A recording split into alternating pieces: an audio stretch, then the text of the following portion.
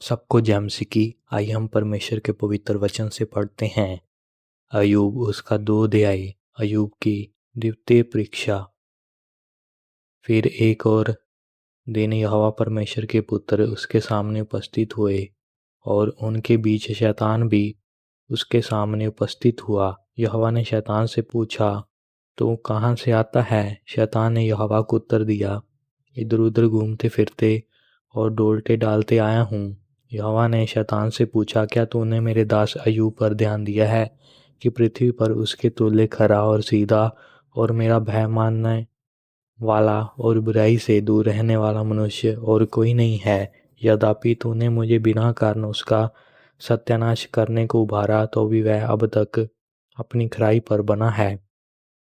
शैतान ने यहोवा को उत्तर दिया, खाल के बदले खाल, परंतु प्राण के बदले मनुष्य अपना सब कुछ दे देता है। इसलिए केवल अपना हाथ बढ़ाकर उसकी हड्डियों और मांस छू, तब वह तेरे मुंह पर तेरी निंदा करेगा। यहोवा ने शैतान से कहा, सुन, वह तेरे हाथ में है, केवल उसका प्राण छोड़ देना। तब शैतान यहोवा के सामने से निकला और अय्यूब को पाँव से लेके तलवे से ले सिर की चोटी तक बड़े बड़े फोड़ों से पीड़ित किया। तब अय्यूब खुजलाने के लिए एक ठीकरा लेकर आग पर बैठ गया। तब उसकी स्त्री उससे कहने लगी, क्या तू अब भी अपनी खराई पर बना है?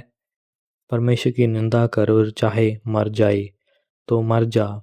उसने उससे कहा, तू एक मूढ़ स्त्री की सी बातें करती है। क्या हम जो परमेश्वर के हाथ से सुख लेते हैं दुख ना ले?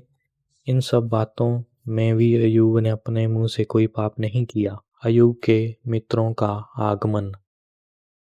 जब तेमानी, एल्पिज और शूही बिल्द और नमाती सोपर अय्यूब के इन 3 मित्रों ने इस सब विपत्ति का समाचार पाया जो उस पर पड़ी थी, तब वह आपस में यह ठान कर कि हम अय्यूब के पास जाकर उसके संग विलाप करेंगे और उसको शांति देंगे, अपने अपने यहाँ से उसके पास चले। जब उन्होंने दूर से आंख उठाकर अय्यूब को देखा और उसे ना पहचान सके, तब चिल्लाकर रो पड़े और अपना अपना बागा फाड़ा और आकाश की ओर धूल उड़ाकर अपने अपने सिर पर डाली। तब वह 7 दिन और 7 रात उसके संग भूमि पर बैठे रहे, परंतु उसका दुख बहुत ही बड़ा जानकर किसी ने उससे एक बात ना कही। प्रभु इन वचनों के द्वारा सबको आशीष दे। आमीन।